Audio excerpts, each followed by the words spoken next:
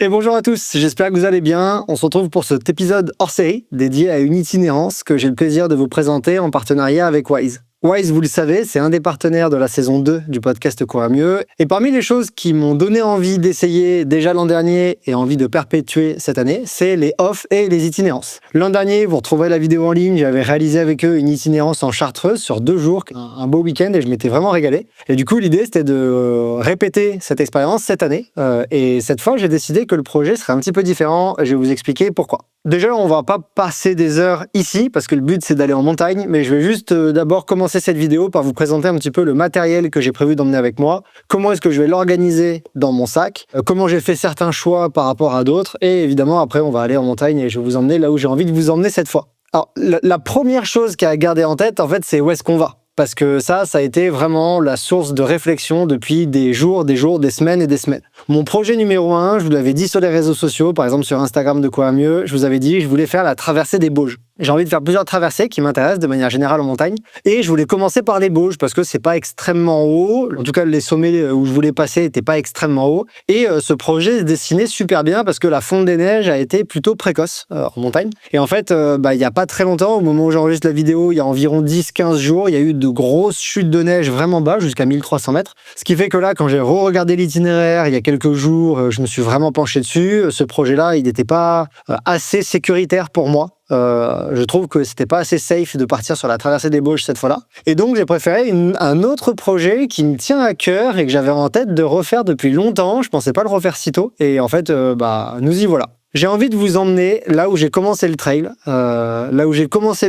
Au départ de là où j'ai grandi. Donc vraiment un espèce de retour aux sources. Le but de la trace que je vous fais apparaître juste ici, là, sur l'écran, que j'ai tracé avec Suunto, avec le heatmap de Suunto. Le but de cette trace, ça va être, je la regarde en même temps, ça va être en fait de partir de là où j'ai grandi, donc d'un petit village qui s'appelle Aspremont dans le 06, donc qui est là où en fait où j'ai grandi puisque je suis né à Nice moi. Donc on va partir d'Aspremont. Je vais vous emmener ensuite dans les petites collines, les premières couches de massifs où j'ai commencé le trail tout gentiment il y a plusieurs années de ça. Et petit à petit, on va se reculer jusqu'à aller vers là où j'ai passé le plus de temps quand j'ai commencé à faire du trail, c'est-à-dire les portions qui sont en fait dans la Vésubie. La vallée de la Vésubie, je vous en avais parlé par exemple dans l'épisode sur l'UTCAM, etc. Ça fait partie, et d'ailleurs l'épisode sur le marathon de la Vésubie, Road to Val d'Aran que vous retrouvez en ligne. La Vésubie, c'est vraiment la vallée où moi j'ai commencé à faire du trail. J'y allais tous les week-ends, je pense, faire 2 jours. Dès que je travaillais pas, j'allais faire du trail là-bas quand j'ai commencé à faire ça.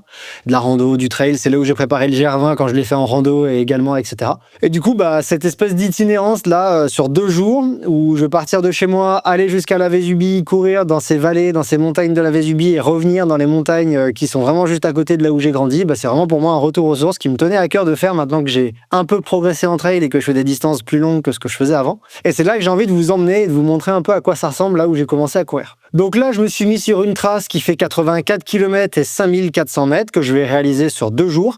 La contrainte, c'est un peu la même, c'est que j'ai pas pu aller trop haut, donc il y a forcément des sommets auxquels on pourra pas aller pendant cette itinérance. Mais le but, c'est quand même de pratiquer tout de manière safe. Je crois que le point culminant, il est à 1700 mètres là où je passe. Normalement, il n'y a pas de neige avec tout ce que j'ai vérifié sur à peu près toutes les applications.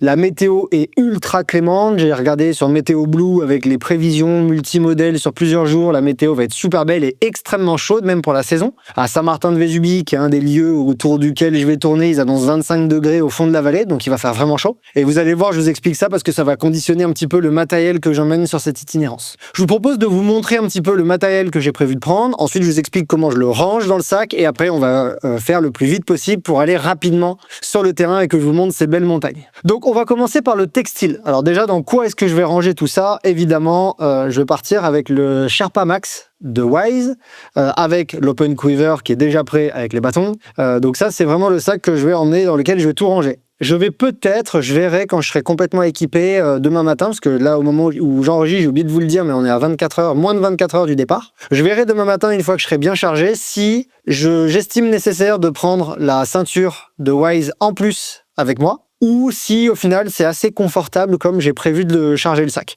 Je pense pas avoir besoin de la ceinture, mais je la prends quand même avec moi là dans le matos et je verrai demain matin si je charge avec ou pas. Donc dans ce Sherpa Max, qu'est-ce qu'on va ranger pour cette itinérance? D'abord du textile, ensuite de la nourriture et évidemment du matériel de sécurité et de quoi passer la nuit. pour moi, il y a quelque chose qui est important à garder en tête, c'est qu'en fait, une itinérance, ça peut avoir plein de formes. Et j'ai l'impression que c'est ça aussi que Wise, quand j'ai discuté avec eux, Wise, c'est quelque chose qui leur tient beaucoup à cœur, les itinérances. Et en fait, il y a autant de formes d'itinérance possibles que de coureurs, j'ai l'impression. On peut autant vouloir faire de l'itinérance sous la forme de FKT que des off qui nous tiennent à cœur, que des projets qui ont pour but de rallier des proches sur des façons de courir en montagne où on pourrait pas les amener, des façons d'être en montagne où on pourrait pas amener ses proches sur, par exemple, des courses. Et moi, en fait, quand je cours en montagne et que je fais des itinérances, c'est pour moi une occasion de partager du temps également avec ma compagne qui aime pas la longue distance, qui fait pas de compétition, qui fait pas de longue distance, mais qui aime passer du temps, qui aime courir de temps en temps, qui aime passer un petit peu de temps en montagne. Et c'est une façon pour moi de rejoindre, donc de passer du temps avec elle et de profiter de moments en montagne.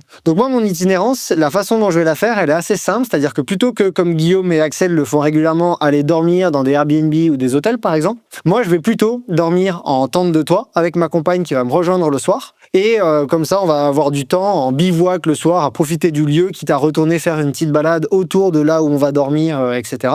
Profiter de l'endroit, également profiter de mes chiens qui seront avec moi. Et donc voilà. Donc tout ce matériel, je vais le ranger, donc, comme je vous ai dit, dans le Sherpa Max. Et donc, il y aura du matériel textile, de la nourriture, du matériel plutôt technique, électronique. Je vous explique tout ça dans l'ordre. On va commencer par le textile. La météo est ultra clémente. Il va faire super bon. Donc, je sais que je ne vais pas avoir besoin de vêtements très chauds. On va partir déjà avec ce avec quoi je vais m'équiper. Évidemment, une casquette, la casquette de Wise. Évidemment, une paire de chaussettes. Ça, c'est indispensable. Ensuite, je vais partir avec le Ultra Shirt. Le t-shirt pour l'ultra distance, donc qui est super léger, qui est respirant, qui est vraiment optimal pour moi et qui sèche vite. L'avantage, c'est qu'il sèche super vite, donc ça me permet de le laver avec ce que je trouve comme eau le soir et de rapidement pouvoir le remettre le lendemain matin parce qu'il sera largement sec. Et contrairement à l'itinérance de l'an dernier où j'étais parti avec le Sherpa Race pour mettre un peu de stockage dedans, là, cette année, je pense que tout passe. J'avais un peu trop de matériel l'an dernier, je pense, j'en suis rendu compte. Là, je pense que tout passe dans le sac et donc je vais partir avec le short ultra pour être super léger, super light et vraiment confortable. À savoir que ce short, même une fois lavé, il sèche très vite, je peux le remettre au bivouac. Je prends quand même un autre short, je vais vous montrer après. Mais voilà, donc ça, c'est plutôt le matériel que je vais porter sur moi, la tenue ultra, le ultra shirt et le ultra short avec la casquette et une paire de chaussettes, évidemment. Ensuite, il va me falloir le matériel que je veux plutôt, par exemple, du matériel chaud, du matériel un peu de sécurité, du matériel pour le bivouac la nuit au cas où il fasse froid. Mais normalement, c'est pas le cas. C'est ce que je vais ranger dans ce grand sac congélation qui va être placé tout en bas de mon dos. Je vous montre après. Dans ce sac congélation, il y a, génie, une paire de chaussettes confortable. Elle est volontairement épaisse, elle prend volontairement de la place, c'est pas un gain de poids, ça c'est sûr et certain, mais ça me permet de les mettre le soir, d'être super confortable et de pouvoir en gros marcher là où on sera dans de la forêt, autour de la tente de toit, autour du bivouac, tranquillement, sans avoir besoin d'une paire de chaussures en plus et de supporter de marcher quasiment pieds nus sans... alors je marche beaucoup pieds nus, mais ça me permet également de supporter par exemple le sol si jamais c'est un petit peu agressif, sans paire de chaussures. Donc ça c'est la première chose qui va aller dans cette poche tout au fond. Ensuite, évidemment, il y aura un pantalon au cas où il fasse froid. C'est possible que de toute façon, même pour dormir, j'ai besoin d'un pantalon si jamais la nuit se rafraîchit. Donc là, ce que je vais emmener avec moi, ce sera évidemment le FKT Pant, donc le même que l'an dernier. Il n'y aura pas de changement. Il a été super l'an dernier et il me permet en fait de ne pas emmener de collant. Parce que j'ai hésité à prendre le collant Wise, mais comme il y a peu de chances que je l'utilise, il y a peu de chances que j'ai besoin de courir avec. Même s'il pleut ou qu'il fait froid, je peux courir avec celui-là. Il est déperlant. Il sera parfait autant pour la nuit qu'au cas où j'ai besoin de mettre quelque chose de chaud, mais c'est grandement improbable. Donc ça, c'est une autre chose qui sera tout au fond dans le sac. Et ensuite, il y a 2 éléments pour la nuit. Pendant que le t-shirt ultra séchera, j'emmène avec moi le t-shirt ultra manche longue, qui va être plutôt ce que je vais porter le soir pour être confortable et au chaud, et je vais certainement dormir avec. Le ultra manche longue, qui est également un élément de sécurité, parce que si jamais... Imaginons, je prends un gros coup de froid, je peux très bien changer le manche courte pour le manche long. Et ça, c'est quelque chose qui est vraiment pas utile, mais je le prends avec moi au cas où. Par exemple, si je croise un point d'eau et que j'ai envie de me baigner ou quoi, ou même pour le soir, ça peut être super agréable au bivouac s'il fait vraiment chaud. C'est le short 220 BPM de Wise, qui est en fait même qui fait un peu caleçon, maillot de bain. Je peux dormir avec, c'est vraiment confort. S'il fait vraiment bon comme c'est prévu, il y a de grandes chances que je dorme avec. Comment est-ce que j'organise tout ça? Je vais vous le remontrer après, mais je le range dans un sac congélation comme ça, sous lequel j'essaye de faire le vide. Et ça, je vais le mettre tout en bas du sac, au fond, dans mon dos, parce que c'est le matériel dont il y a le moins de chances que j'ai besoin pendant l'itinérance elle-même. Pendant que je cours, il y a très peu de chances que j'ai besoin du pantalon imperméable, du manche long ou du short, des chaussettes. C'est vraiment les choses que je vais avoir besoin le soir au bivouac quand j'aurai enlevé mon sac. Donc, du coup, le principe, c'est de le mettre là où c'est le moins accessible, tout au fond de la grande poche qui est plaquée au dos. En haut de cette poche, de manière séparée, pas dans le même sac congélation, dans un autre sac, je vais ranger la NanoShell. Donc c'est une veste chaude, c'est celle-là, c'est la veste chaude de Wise. Donc il s'agit de la NanoShell, qui est une veste chaude, une deuxième couche chaude qui fait environ 180 grammes. Voilà, c'est celle que vous voyez là avec capuche. Ça, c'est quand même, s'il y a un coup de froid qui est supportable, ou en tout cas selon l'endroit où je peux prendre un coup de froid, avant d'avoir besoin de mettre un manche long, il y a quand même plus de chances que je mette d'abord la NanoShell par-dessus mon manche courte, et si jamais il fait vraiment froid, alors je pourrais éventuellement rajouter la manche longue. Donc ça, je le mets dans un autre sac congélation. Je vous montrerai comment je le range, mais il va être vraiment en haut du sac pour que si j'ai besoin, je puisse j'ai besoin d'enlever les sacs pour la mettre, mais que je puisse l'attraper facilement et le ranger. Donc ça va être dans un autre sac congélation différent de celui dans lequel il y a les affaires plutôt pour le soir ou en cas de gros problèmes. Ensuite, évidemment, je vais partir avec la Black Shell. Donc ça, c'est la veste imperméable. Elle va être, donc je vous la déplie, elle était rangée dans sa poche de rangement et je vais la ranger dans une autre poche, la Black Shell 3. Je vais la ranger dans la poche qui va dans le dos, là, en tunnel et qui est accessible. La raison pour laquelle je la range pas dans sa poche, je vais la ranger comme ça en vrac, c'est parce que comme mon sac va être un peu moins chargé, normalement j'aurai un petit peu d'espace dans le sac.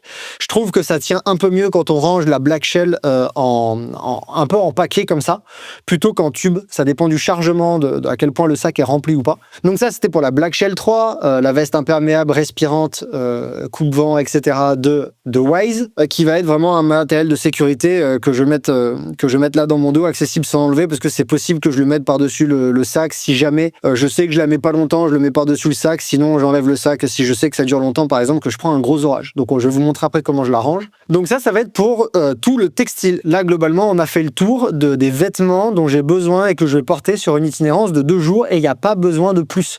Je pense que j'ai largement de quoi être en sécurité en montagne, dans les montagnes où je vais, en plus pour des conditions chaudes. Ensuite, il y a un autre petit sac congélation que je vais venir ranger dans la poche haute, la demi-poche haute du sac Sherpa Max. C'est ce qui va être du matériel que j'appelle un peu de sécurité. Donc dans ce sachet étanche matériel sécurité, on va retrouver une petite paire de gants. J'ai pris une paire de gants légère parce qu'il n'y a pas de température basse annoncée, parce que je monte pas haut, je vais à 1007 maximum, donc même en cas de froid avec 25 degrés en bas, il n'y a pas besoin, normalement j'ai pas besoin de gants chauds, donc une petite paire de gants ça suffira.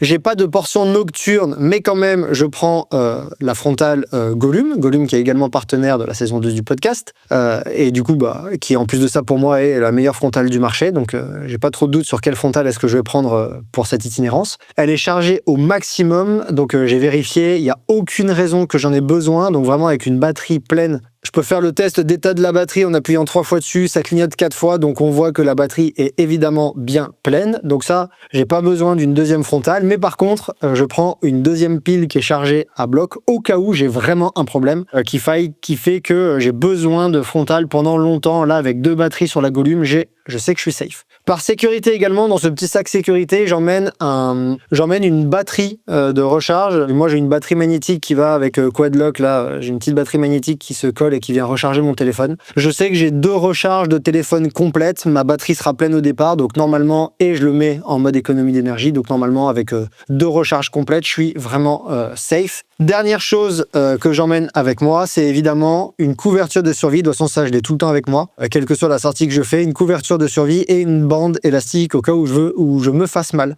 J'ai également là-dedans une petite fiche renseignement avec mon groupe sanguin, mon nom, un numéro à appeler en cas de problème, etc. Je l'ai toujours avec moi. C'est une course qui m'avait fait imprimer ça, l'UTCAM qui m'avait fait imprimer ça. Et en fait, maintenant, j'ai tout le temps avec moi une espèce de fiche de renseignement de sécurité. C'est un bout de papier, donc ça pèse pas grand-chose. Je l'emmène tout le temps. Donc ça, je vais vous montrer après comment est-ce que je le range dans le sac Wise, dans ce petit sac là congélation qui va se mettre dans la poche superposée haute du Sherpa Max. Évidemment, j'aurai mon téléphone. La seule chose qui me manque là-dedans, vous allez comprendre, je vais juste tricher un tout petit peu. Si je vous faisais pas d'image, si cette itinérance n'était pas filmée et que j'avais pas envie de vous faire de belles images, j'aurais rajouté dans ce petit sac-là, évidemment, une brosse à dents et un petit gel douche, de quoi me doucher en nature là où je vais. Le problème, c'est que là, je vais emmener en plus avec moi pour vous faire des images ce petit drone qui est très bien, qui a une bonne autonomie, donc qui me permet de faire toutes les images que j'ai envie de vous montrer. Mais il prend de la place, donc j'ai décidé que je suis sûr que vous serez tolérant avec moi. J'emmènerai pas avec moi ma brosse à dents, ni une mini serviette éponge, ni de quoi me laver. Je donnerai ça à ma compagne qui me rejoint en bivouac. Je réserve l'espace qui aurait pu être utilisé pour ces produits d'hygiène pour le drone afin de vous faire des images. Mais si je partais pas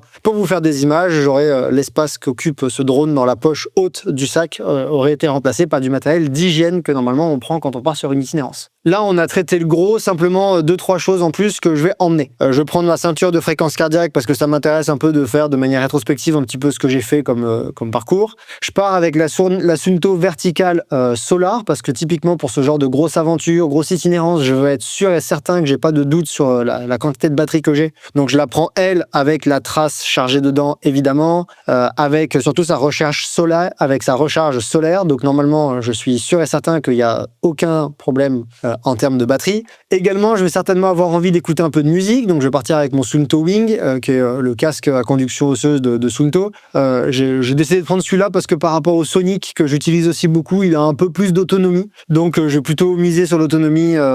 Voilà, et la différence est légère, mais pour être sûr d'avoir les 2 jours tranquilles avec de la musique autant que je veux, je vais plutôt partir avec le Suunto Wing.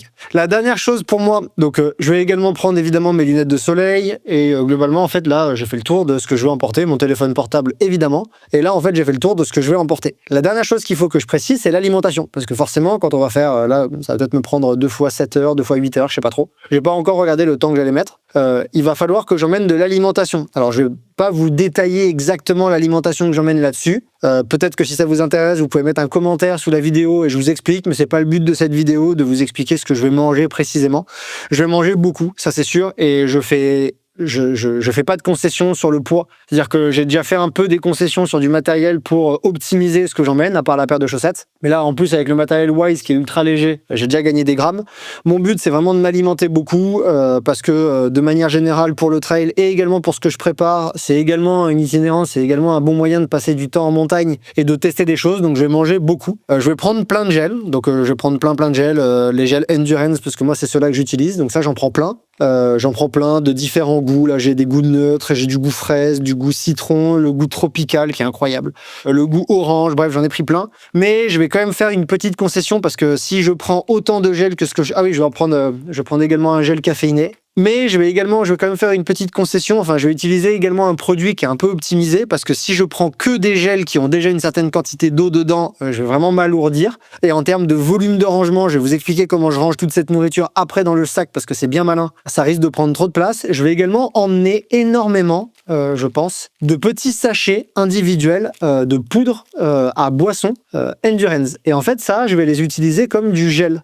C'est-à-dire que je vais prendre ça. C'est des petites flasques à gel de Endurance. Je vais prendre des sachets de recharge individuelle de boisson, mais la formule de la boisson déshydratée est très similaire à ce qu'on peut retrouver dans les gels en termes de composition. Un sachet, il y a la même quantité de glucides qu'un gel, mais sans eau. Donc forcément, je gagne 30 à 40 grammes d'eau par sachet. Et je vais mettre dans une petite flasque de gel, je peux mettre 3 gels en poudre. Donc ouais, ça se remplit. Ça, je peux le remplir de 3 recharges, donc ça me fait à chaque fois beaucoup de glucides. Et après, je sais que j'ai plein de points d'eau sur la trace que j'ai préparée. Donc ça va me permettre d'emmener, en fait, de confectionner pendant la sortie, de me confectionner des recharges de gel comme ça dans les flasques rechargeables avec les petits sachets individuels de Endurance. Donc ça, c'est quelque chose que je trouve intéressant. Autre point que je trouve intéressant, c'est qu'en fait, ils sont tout légers, ceux-là, et ils sont tout plaquables. Vous voyez là, je peux les mettre comme ça de profil. On voit que c'est tout plaqué, ça prend pas beaucoup de place. Et donc, l'avantage de ça, c'est que, vous le savez, je vais vous le montrer après, dans le Sherpa Max, il y a une poche, là, dans la grande poche dorsale, qui vient en tunnel dans le dos.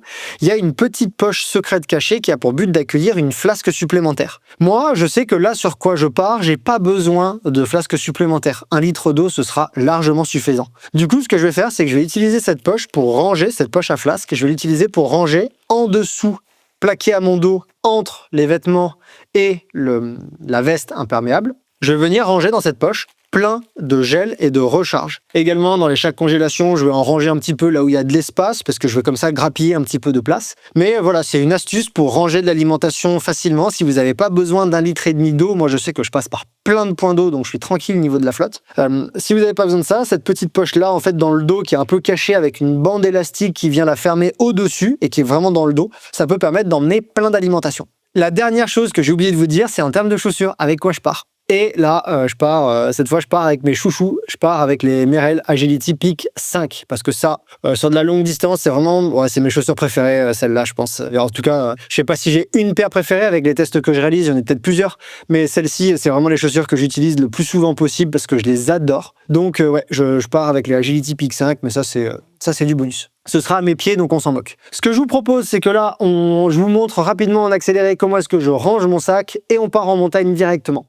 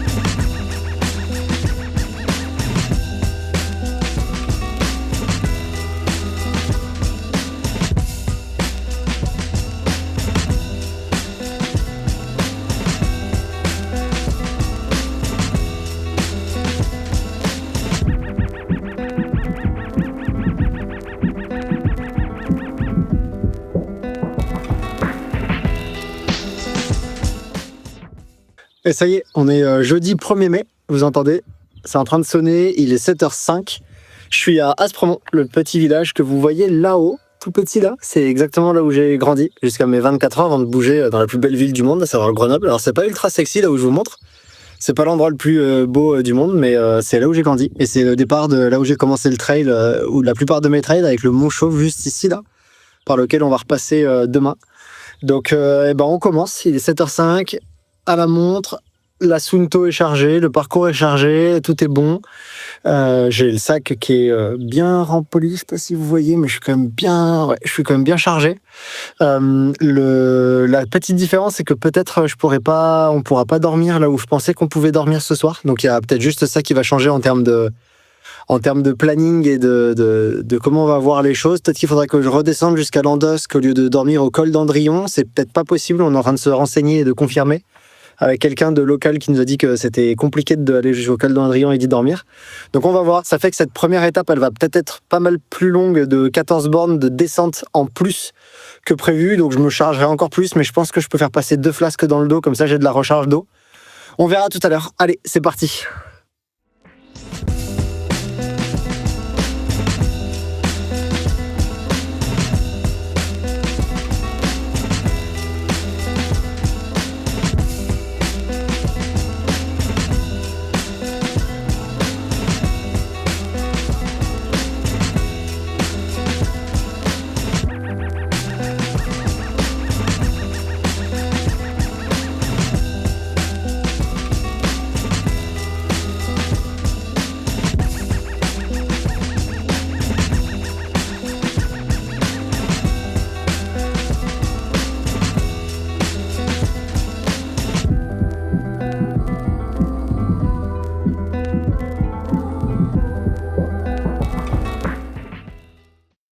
Et là, je viens de passer au premier point de passage où je croisais Margot. Bon, il y avait de la flotte, etc. Mais c'était le moment de la voir, de parler 5 minutes. Là, je suis du coup en bas de Levins. On est en train de monter vers la Madone du Tel, qui est un des sommets les plus magnifiques du coin, où j'adorais aller. C'est vraiment un endroit où j'allais tout le temps, soit en trail, soit juste en balade comme ça, pour admirer la vue. Donc, je vous y emmène.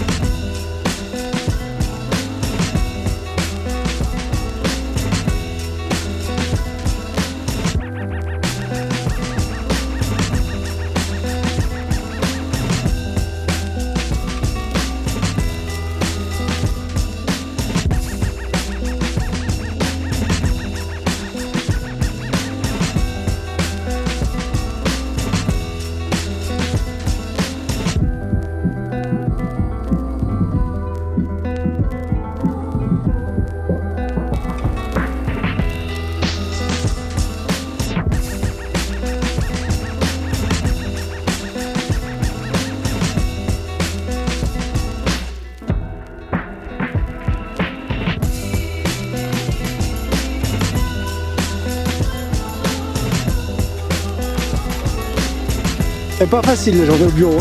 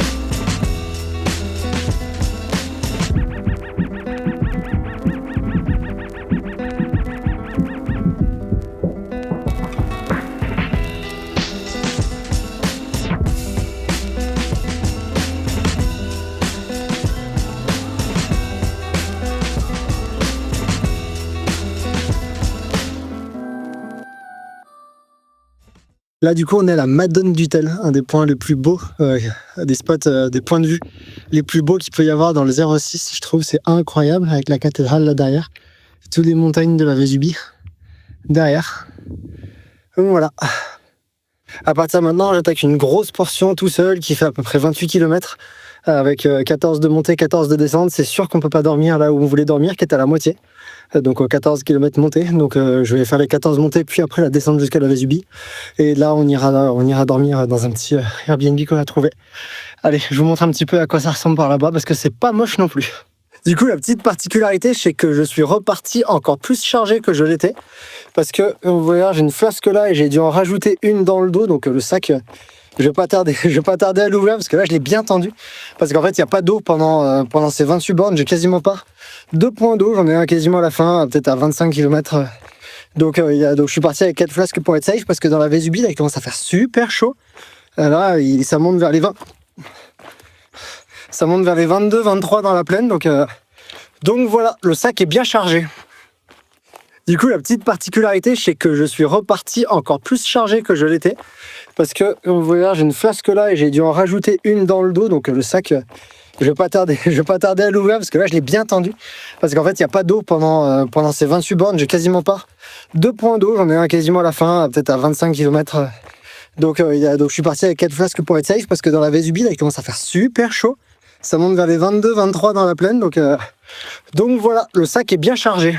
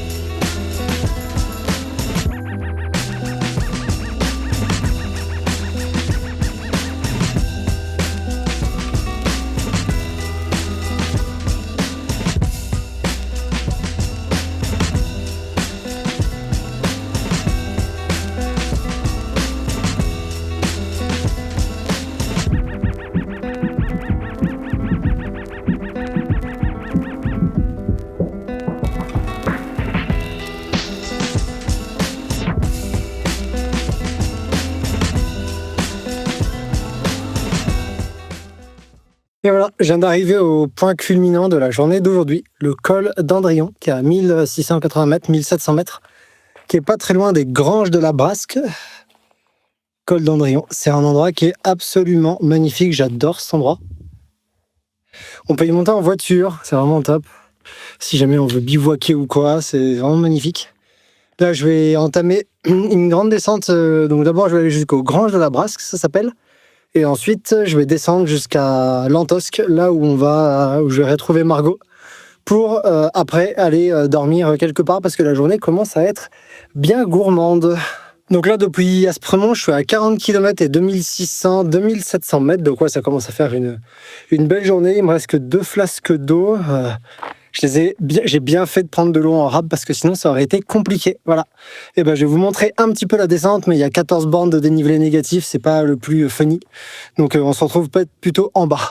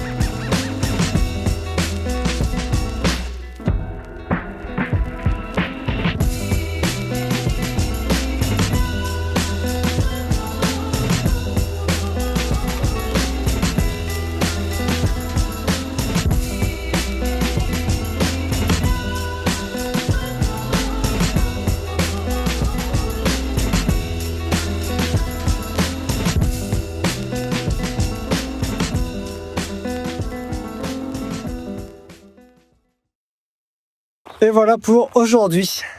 Ça nous fait une belle étape à 55 et 2007. Donc sur un week-end à 85, ça fait une jolie première étape quand même. La voiture est là. Donc je pense que je vais aller me prendre une petite part de tarte et un coca dans cette belle auberge. Et on se retrouve tout à l'heure au logement.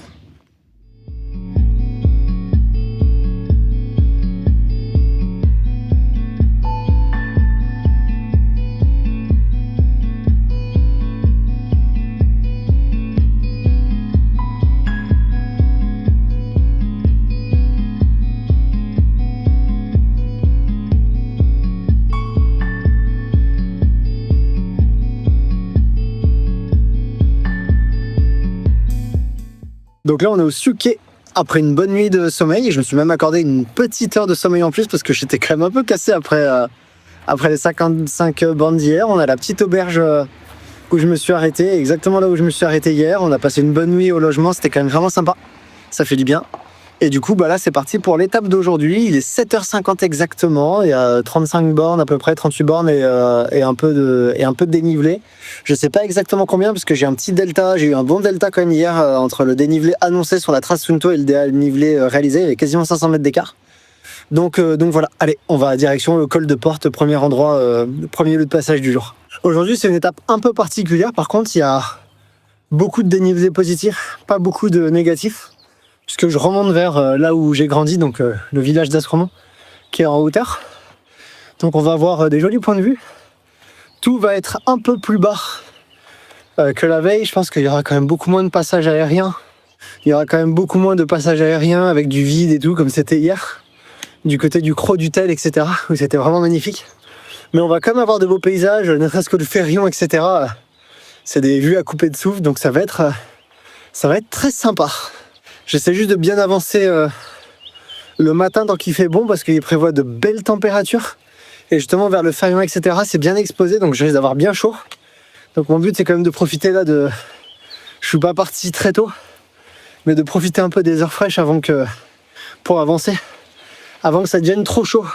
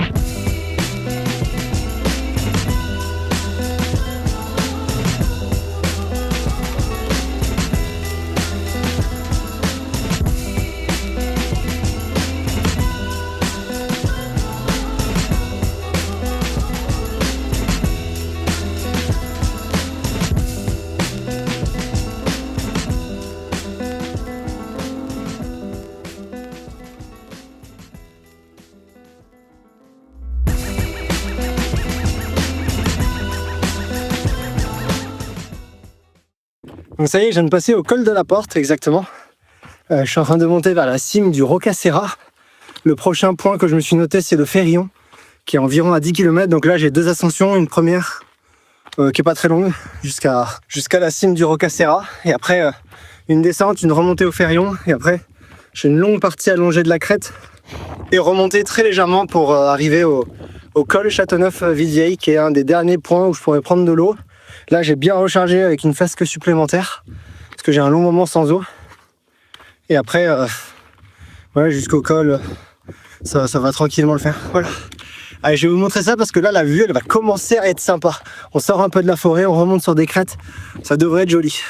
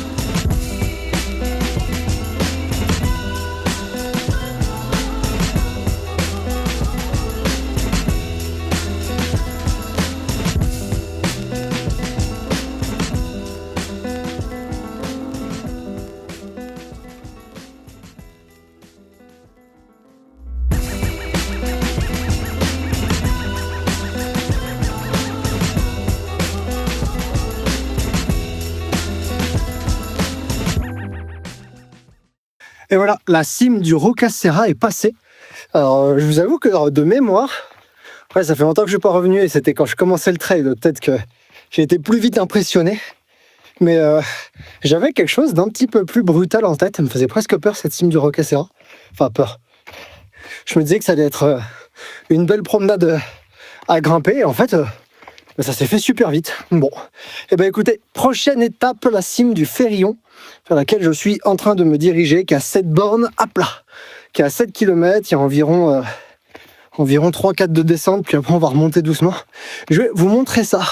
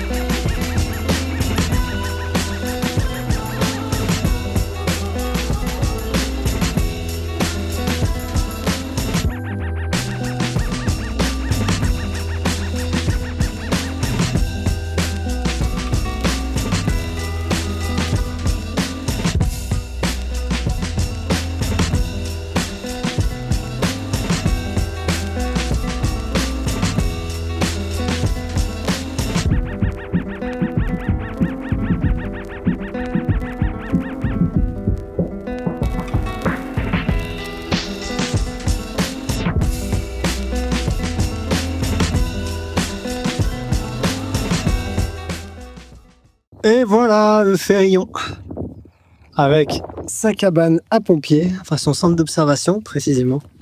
Et voilà, et écoutez, là on commence à avoir fait quasiment tout le dénivelé positif. Il reste un tout petit sommet auquel je vais vous emmener, qui est tout ridicule, mais moi qui me tient à cœur parce que c'est le Mont Chauve, et je me souviens que la première fois que je me suis dit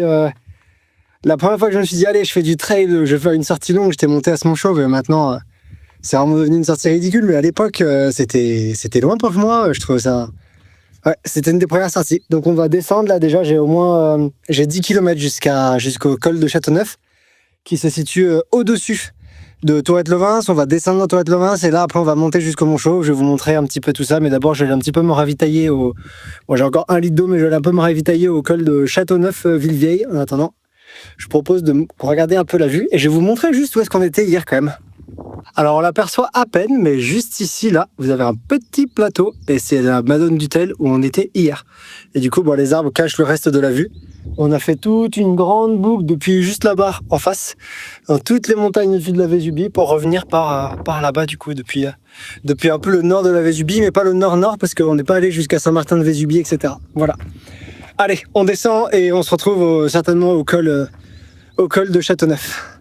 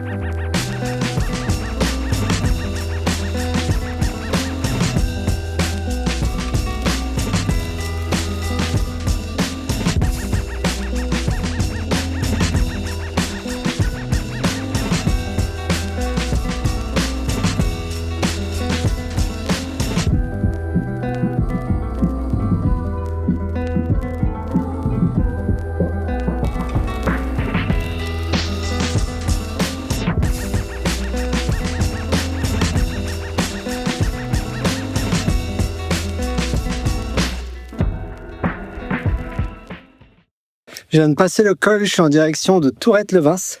Je commence à rôtir comme une petite saucisse végétale. Il fait bien chaud. Peut-être que je vais craquer sur un petit Coca-Cola ou un Pepsi pour pas faire de la pub à une seule marque en plein milieu de Tourette. Je vous tiens au courant, mais en tout cas, tout va bien sinon, à part la chaleur qui commence à piquer. J'aurais dû me douter que un 2 mai, trouver un Coca dans un village, ça allait pas être facile. Donc tant pis pour l'idée, je vous emmène au Mont Chauve. Il nous reste 7 km, même pas, 6,5. On va terminer ça et je vais vous montrer la petite montagne où mes jambes ont commencé à courir.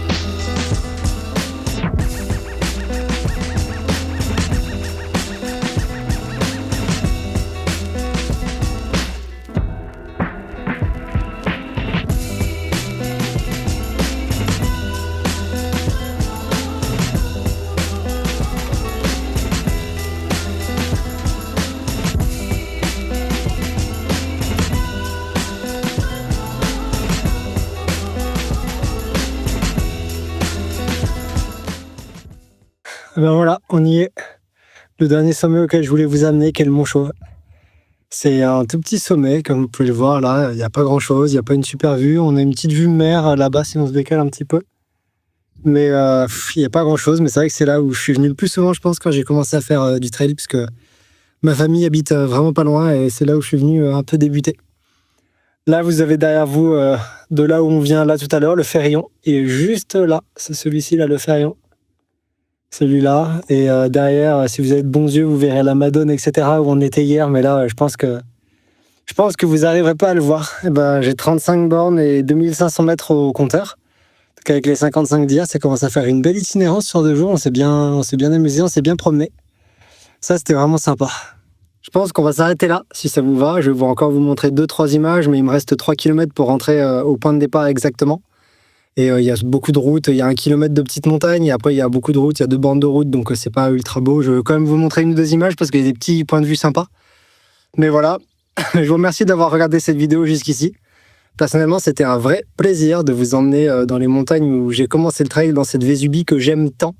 Vésubie où je reviens, alors quand la vidéo sortira, ce sera déjà fait, mais où je reviens d'ici pas longtemps, moi, faire le marathon de la Vésubie. Peut-être qu'il y aura un épisode là-dessus. Vous pourrez regarder avec peut-être quelques images. Je remercie à nouveau Waze qui ont rendu possible l'épisode. Comme vous le voyez, à part les chaussettes et les chaussures, tout l'équipement que j'ai utilisé pendant ces 2 jours non-stop, même la nuit au logement, c'était du Waze. Donc je vous invite à aller jeter un œil à tout le matériel qu'ils proposent, qui est toujours vraiment de super qualité et qui est toujours plaisant à utiliser. Là, 2 jours avec et toujours aussi content du matos. D'ailleurs, il y a des tests matériels, des produits Waze que j'ai fait en ligne. Vous pouvez les retrouver si jamais vous êtes curieux et que vous voulez les découvrir. Voilà.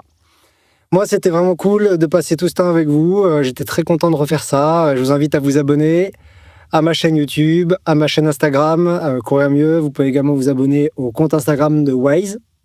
Vous trouverez dans la description tout le matériel que j'ai utilisé. Et on se dit à très bientôt pour une autre vidéo, comme par exemple un hors-série, un Courir Mieux rencontre, ou encore un Scientific Day. Allez, encore 2-3 images et on se quitte. À plus!